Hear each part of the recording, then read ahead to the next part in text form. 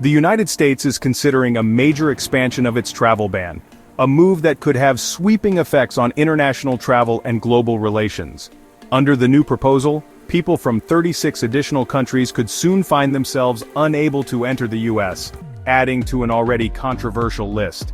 This potential change could disrupt the lives of families hoping to reunite, business professionals with international ties, and students seeking education in America. It could also alter how the world views the U.S. as a destination and a partner. The proposal first surfaced in the summer of 2025, when the State Department quietly reached out to the governments of the targeted nations.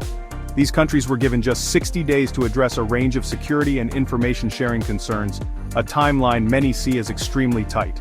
If these countries fail to meet the new requirements, their citizens could soon face strict new travel restrictions, including visa denials, and even outright bans from entering the U.S. Supporters of the proposal argue that these changes are necessary to protect national security, prevent potential threats, and ensure that the U.S. has reliable information about who is entering the country.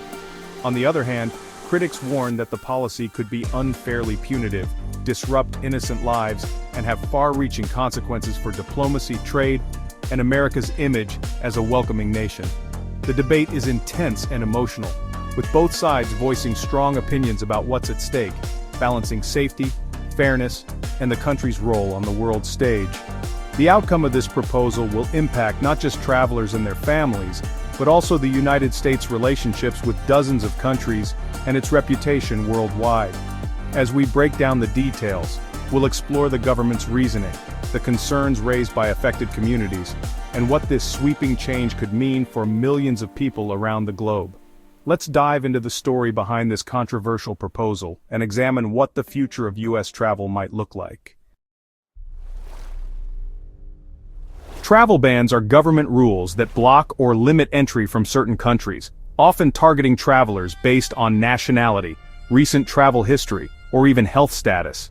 These bans can be sweeping, affecting millions, or targeted, focusing on specific groups or regions. Governments usually justify them for security or health reasons, like preventing terrorism, stopping the spread of disease, or responding to political crises.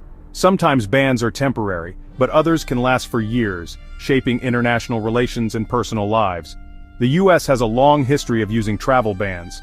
One of the most controversial examples came in 2017, when President Trump issued an executive order restricting travel from several Muslim-majority nations.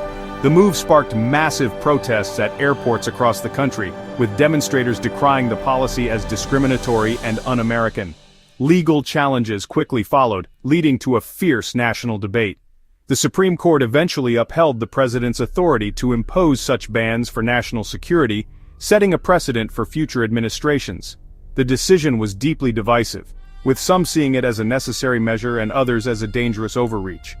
Although that original ban was later rescinded, travel restrictions have remained a powerful tool for U.S. administrations, used in response to changing global threats and domestic pressures.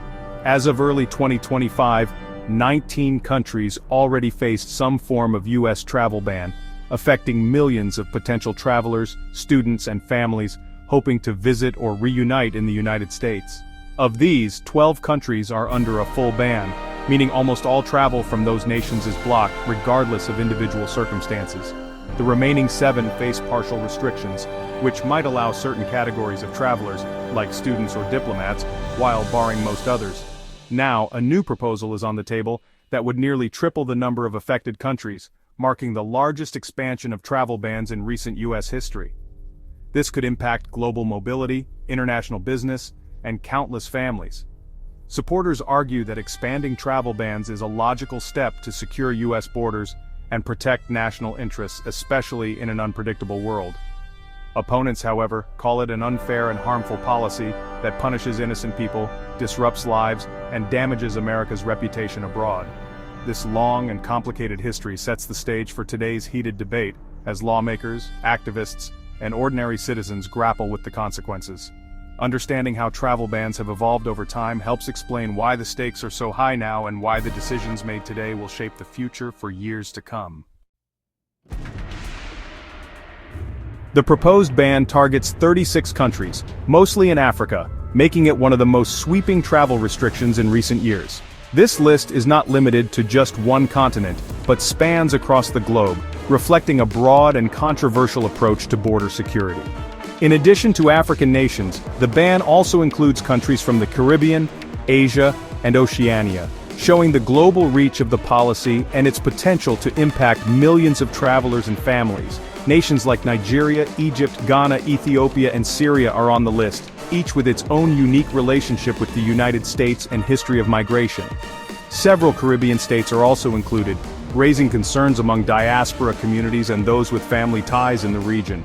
The U.S. government claims these countries have weak security procedures that make it difficult to properly vet travelers and immigrants. Officials argue that many of these nations don't share enough information for proper visa screening. Concerns include unreliable passports, incomplete criminal records, and a lack of transparency in government databases. High rates of visa overstays are another major issue, with authorities worried that people from these countries are more likely to remain in the U.S. after their visas expire. The administration also points to a lack of cooperation on deportations, making it difficult to return individuals who are ordered to leave the U.S. There are also worries about terrorism, anti-American sentiment, and the potential for individuals to pose security threats if not properly screened. U.S. officials say the ban is designed to pressure these governments to improve their security standards and increase information sharing with American authorities rather than simply punish them. The 60-day deadline is intended as leverage, giving countries a window to address U.S. concerns and avoid long-term restrictions.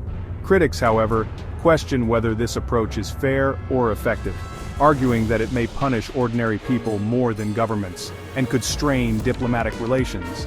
The list's heavy focus on African and Caribbean nations has fueled accusations of discrimination and bias, with activists and community leaders calling for a more balanced and transparent process.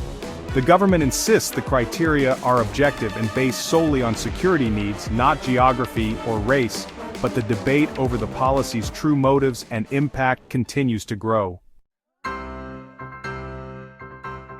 The Trump administration frames the expanded travel ban as a vital security measure. Officials say it's about protecting Americans by ensuring only properly vetted travelers enter the country. They insist the policy isn't about race or religion, but about whether foreign governments provide reliable information for visa decisions. The administration also wants to pressure countries to accept their deported citizens, arguing this is key to enforcing immigration laws. Secretary of State Marco Rubio and others emphasize that the ban is a tool to encourage better security standards abroad. The 60-day window is presented as a chance for countries to fix problems and avoid restrictions. The message, cooperate on security, and the ban can be avoided. The government maintains this is a targeted, practical response to real risks. Critics argue the expanded travel ban is discriminatory, targeting mostly black and non-white nations. They say it sends a message that people from Africa and the Caribbean are unwelcome in the U.S. Leaders in states like Georgia, home to large African immigrant communities, have spoken out, calling the policy unfair and harmful. Opponents warn the ban punishes entire populations for their government's shortcomings, undermining American values of fairness and family unity. They also question whether such a broad ban actually improves security, suggesting it could damage international cooperation and America's reputation. Many believe working with these countries on security would be more effective than blanket restrictions. The debate is about more than policy. It's about national identity and the principles America stands for. The controversy shows just how deeply this issue resonates across the country. If enacted, the travel ban would have sweeping effects on families, communities, and economies. Many immigrants could be separated from loved ones, unable to reunite for important life events. U.S. industries, especially tech, healthcare, and education, could lose access to skilled workers and students from affected countries. Tourism would decline, hurting local businesses in cities that rely on international visitors. Atlanta, set to host World Cup matches in 2026, could see major disruptions if fans and players from banned countries can't attend. The ban could also disrupt trade, investment, and educational ties, isolating the targeted nations and slowing their development. Money sent home by immigrants, a lifeline for many families, could drop sharply. The economic and social costs would be felt on both sides of the border. The policy's ripple effects could last for years. The fate of the travel ban expansion will be decided in the coming weeks. Targeted countries have until mid-August 2025 to address U.S. concerns or face new restrictions. If they don't comply, the president can quickly enact the ban by executive order. No congressional vote needed. This would immediately halt most visa processing for millions, disrupting travel, work, and family plans. Expect protests, legal challenges, and intense media coverage as the deadline approaches. Courts could delay or block the ban, but the legal fight would be long and uncertain. Some countries may negotiate extensions or get removed from the list if they show progress. The outcome will depend on diplomacy, politics, and the courts. The world is watching as the U.S. decides its next move. This travel ban debate is about more than visas. It's about America's identity and its place in the world. The decision will affect families, businesses, and communities across the U.S. and abroad. It raises tough questions. Should America prioritize security over openness? What message does it send to the world? The policy could reshape diplomatic ties, economic opportunities, and the nation's reputation as a global leader. How the U.S. treats people from other countries reflects its values and shapes its influence. In a connected world, these choices have far-reaching consequences. The fate of students, families, and businesses hangs in the balance. This is a moment for reflection on what kind of country and world we want to build.